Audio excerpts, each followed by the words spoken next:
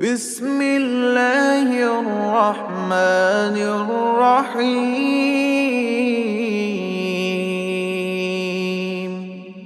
রহমান রহিম আল্লাহ তাআলার নামে। الحمد لله الذي أنزل على عبده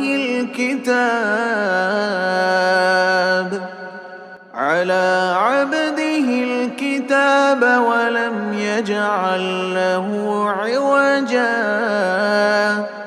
যিনি তার একজন বিশেষ বান্দার প্রতি এ গ্রন্থ নাজিল করেছেন এবং তার কোথাও তিনি কোন রকম বক্রতা রাখেননি।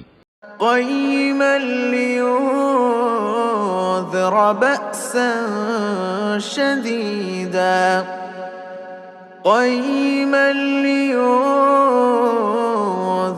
بأسا شديدا من لدنه ويبشر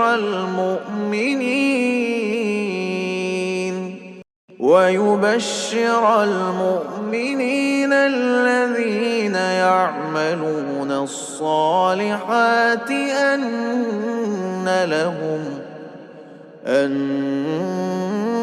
لهم أجرا حسنا। একে তিনি প্রতিষ্ঠিত করেছেন সহজ সরল একটি পথের উপর, যাতে করে আল্লাহ তাআলার পক্ষ থেকে সে নবী তাদের জাহান্নামের আযাবের ব্যাপারে সতর্ক করে দিতে পারে এবং যারা ঈমানদার, যারা নেক কাজ করে তাদের সে এ মর্মে সুসংবাদ দিতে পারে যে তাদের জন্য আল্লাহর দরবারে উত্তম পুরস্কার রয়েছে, যেখানে তারা চিরকাল থাকবে।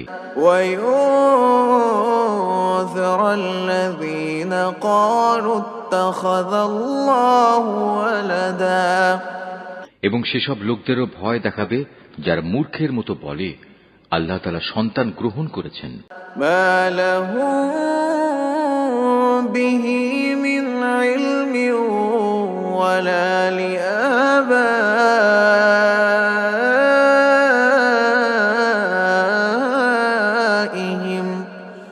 كبرت كلمة تخرج من أفواههم إن يقولون إلا كذبا।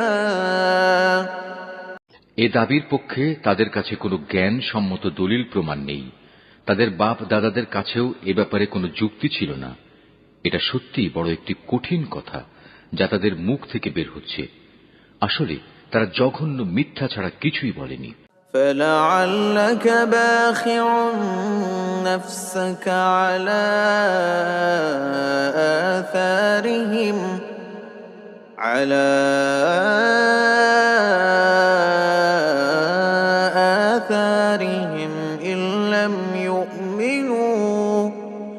إن لم يؤمنوا بهذا الحديث أسفا। হে নবী, যদি এরা এ কথার উপর ঈমান না আনে তাহলে মনে হয় দুঃখ কষ্টে তুমি এর পেছনে নিজেকেই বিনাশ করে দেবে। ইন্না জাআলনা মা আলাল আরদি زينة لها لنبلوهم أيهم أحسن عملا।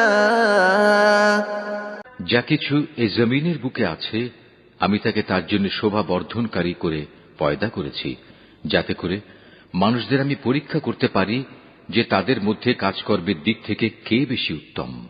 وَإِنَّا لَجَاعِلُونَ مَا عَلَيْهَا صَعِيدًا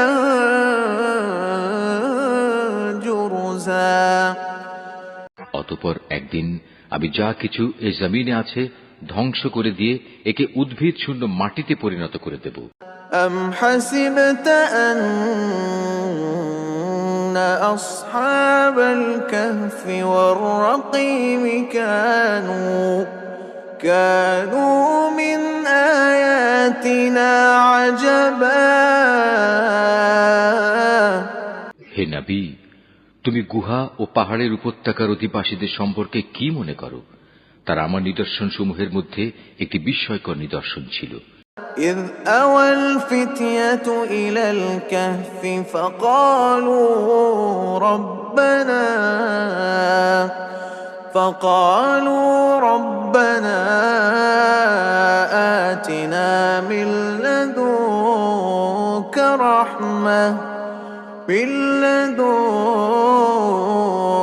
رحمة وهيئ لنا من أمرنا رشدا। ঘটনাটি এমন হয়েছিল, কতিপয় যুবক যখন গুহায় আশ্রয় নিল এবং আল্লাহর দরবারে এই বলে দোয়া করল, হে আমাদের মালিক, একান্ত তোমার কাছ থেকে আমাদের উপর অনুগ্রহ দান করো। আমাদের এই কাজকর্ম আঞ্জাম দেওয়ার জন্য তুমি আমাদের সঠিক পথ দেখাও। فضربنا على آذانهم في الكهف سنين عددا। অতঃপর আমি গুহার ভেতরে তাদের কানে বহু বছর ধরে ঘুমের পর্দা লাগিয়ে রাখলাম। ثم بعثناهم لنعلم أي الحزبين أحصى لما لبثوا। তারপর এক পর্যায়ে আমি তাদের ঘুম থেকে উঠিয়ে দিলাম, যাতে করে আমি একথা জেনে নিতে পারি তাদের দুদলের মধ্যে কোন দলটি ঠিক করে বলতে পারে যে তারা কতদিন সেখানে অবস্থান করেছিল। نحن نقص عليك نبأهم بالحق إنهم فتية آمنوا بربهم وزدناهم هدى। হে নবী, আমি তোমার কাছে তাদের বৃত্তান্ত সঠিকভাবে বর্ণনা করছি। মূলত তারা ছিল কতিপয় নওজোয়ান ব্যক্তি যারা তাদের মালিকের উপর ঈমান এনেছিল। আমি তাদের হেদায়েতের পথে এগিয়েও দিয়েছিলাম। وربطنا على قلوبهم إذ قاموا فقالوا ربنا رب السماوات والأرض لن ندعو من دونه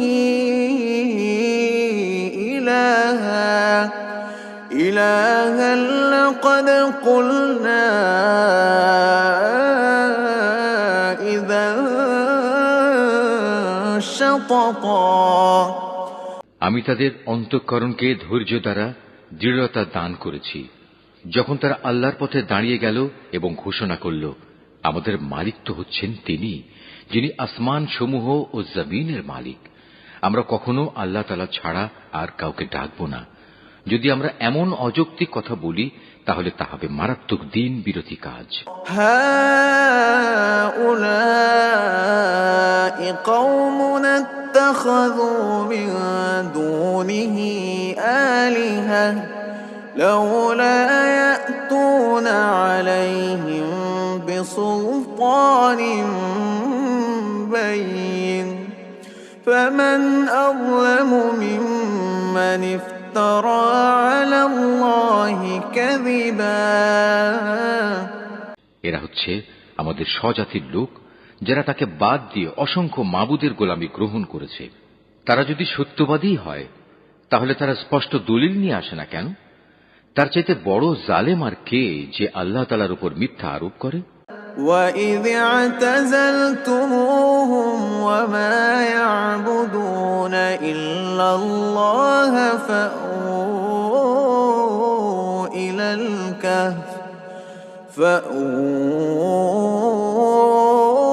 إِلَى الْكَهْفِ يَنشُرْ لَكُمْ رَبُّكُمْ مِنْ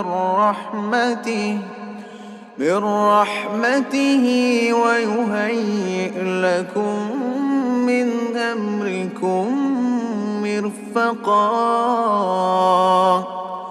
অতঃপর জওয়ানরা পরস্পরকে বলল, আল্লাহ তাআলা ছাড়া অন্যদের যারা মাবুদ বানায় তাদের কাছ থেকে তোমরা যখন বিচ্ছিন্ন হয়ে চলেই গেলে তখন তোমরা এখান থেকে বের হয়ে বিশেষ একটি গুহায় গিয়ে আশ্রয় নাও। তোমাদের মালিক তোমাদের উপর তার রহমতের ছায়া বিস্তার করে দেবেন এবং তোমাদের বিষয়গুলো তোমাদের জন্য সহজ করে দেবেন। وترى الشمس إذا طلعت تزاور عن كهفهم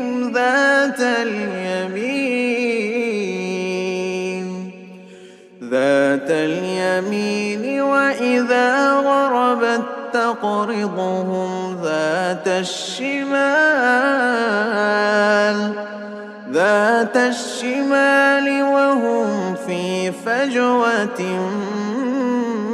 منه ذلك من آيات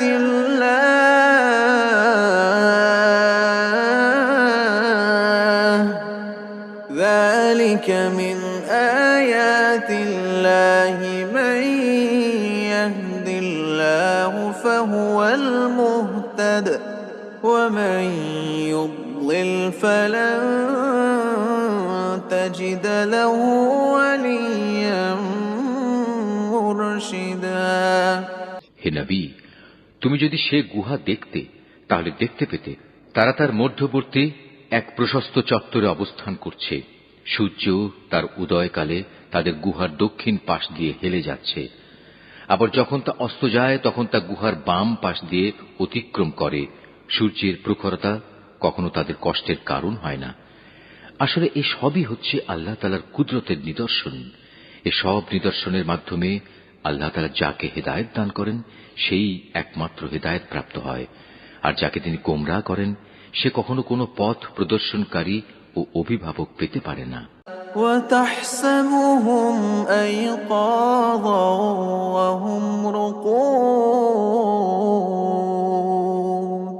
وتحسبهم أيقاظا وهم رقود ونقلبهم ذات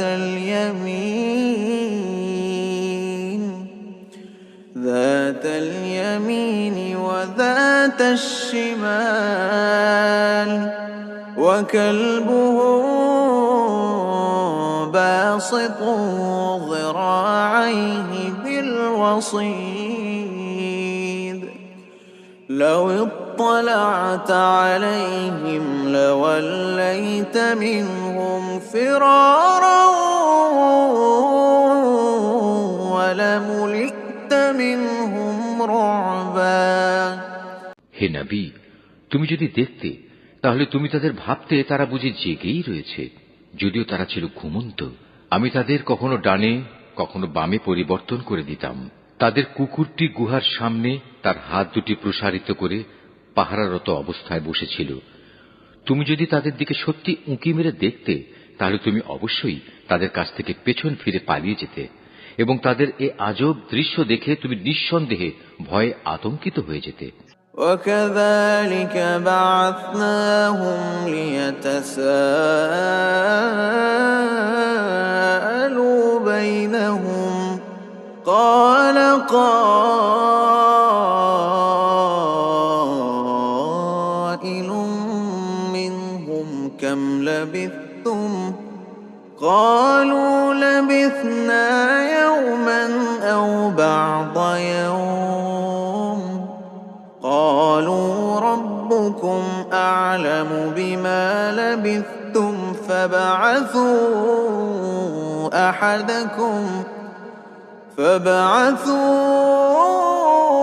أحدكم بورقكم هذه إلى المدينة فلينظر أيها أزكى طعاما فليأتكم برزق منه وليتلطف ولا يشعرن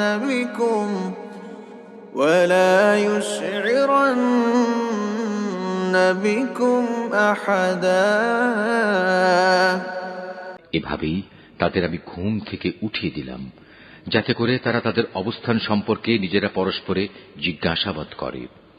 কথা প্রসঙ্গে তাদের মধ্যে থেকে এক ব্যক্তি বলল, বলতো তোমরা এ গুহায় কতকাল অবস্থান করেছ? তারা বলল, বড় জোর একদিন কিংবা তার চাইতেও কম সময় আমরা এখানে অবস্থান করেছি। অতঃপর যখন তারা একমত হতে পারল না তখন তারা বলল, তোমাদের মালিকই একথা জানেন, তোমরা এ গুহায় কতকাল অবস্থান করেছ। এখন সে বিতর্ক রেখে বরং তোমরা তোমাদের একজনকে তোমাদের এ রৌপ্য মুদ্রা সহ শহরে পাঠাও। সে বাজারে গিয়ে দেখুক কোন খাবার উত্তম, সেখান থেকে কিছু খাবার তোমাদের কাছে নিয়ে আসুক। সে যেন বিচক্ষণতার সাথে কাজ করে এবং সে যেন কাউকেই তোমাদের ব্যাপারে কিছু জানতে না দেয়। إنهم إن يظهروا عليكم يرجموكم